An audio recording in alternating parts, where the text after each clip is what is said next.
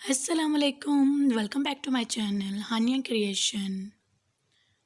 उम्मीद है कि आप सब ठीक होंगे।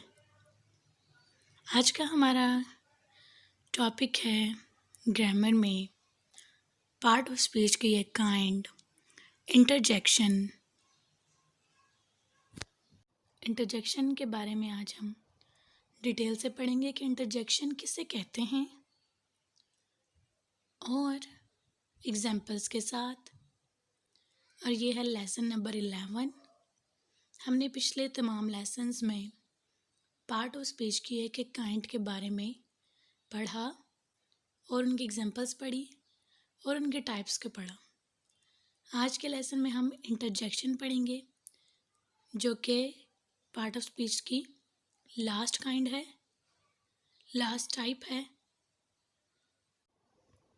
चलते हैं आज की टॉपिक की तरफ। इंटरजेक्शन। इंटरजेक्शन किसे कहते हैं? Interjections are words or phrases that show feelings, emotions, greetings or sounds.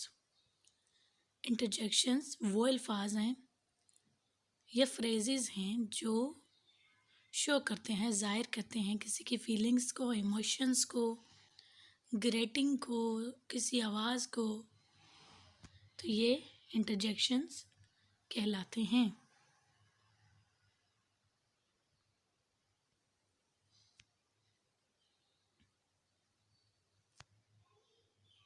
For example, मिसाल के तौर पर,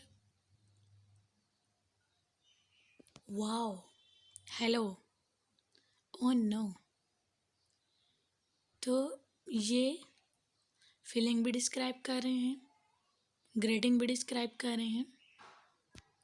अब इंटरजेक्शंस दैट शो इमोशन, जो वो इंटरजेक्शंस जो इमोशन शोज करते हैं वो कौन कौन से वर्ड्स हैं? Wow, ouch, rah. अब interjections used as a greeting, जो ग्रेटिंग के लिए यूज़ होते हैं, hi, hello, yo ho. Interjections that show agreement, disagreement, वो वर्ड्स इंटरजेक्शन के जो एग्रीमेंट और डिसएग्रीमेंट को शो करते हैं, जैसे कि yes, no, yeah, nah, okay, no, sure, you bat.